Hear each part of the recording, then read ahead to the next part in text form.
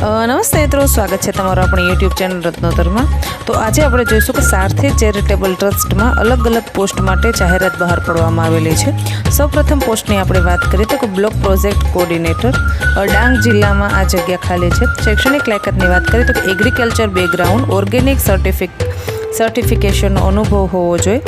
FPOનો અનુભવ હોય પર તેમને પ્રથમ પ્રાધાન્ય આપવામાં આવશે। શૈક્ષણિક લાયકાતની વાત કરીએ તો કે BRS, MRS, BSc અથવા 4 થી 5 વર્ષનો એગ્રીકલ્ચર ફિલ્ડનો અનુભવ હોય ત્યાં અરજી કરી શકે છે। ઓર્ગેનિક સર્ટિફિકેશનના પ્રોજેક્ટ માટે 25 થી 30 હજાર પગાર આપવામાં આવશે।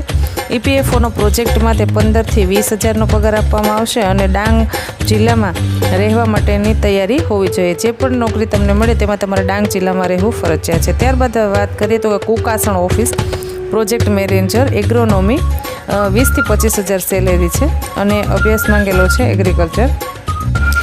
નમસ્તે મિત્રો, સ્વાગત છે તમારું આપણી યુટ્યુબ ચેનલ રત્નોતરમાં। તો આજે આપણે જોઈશું કે સારથી ચેરિટેબલ ટ્રસ્ટમાં અલગ અલગ પોસ્ટ માટે જાહેરાત બહાર પાડવામાં આવેલી છે। સૌપ્રથમ પોસ્ટની આપણે વાત કરીએ તો કે બ્લોક પ્રોજેક્ટ કોર્ડિનેટર ડાંગ જિલ્લામાં આ જગ્યા ખાલી છે। શૈક્ષણિક લાયકાતની વાત કરીએ તો કે એગ્રીકલ્ચર બેકગ્રાઉન્ડ, ઓર્ગેનિક સર્ટિફિકેશનનો અનુભવ હોવો જોઈએ।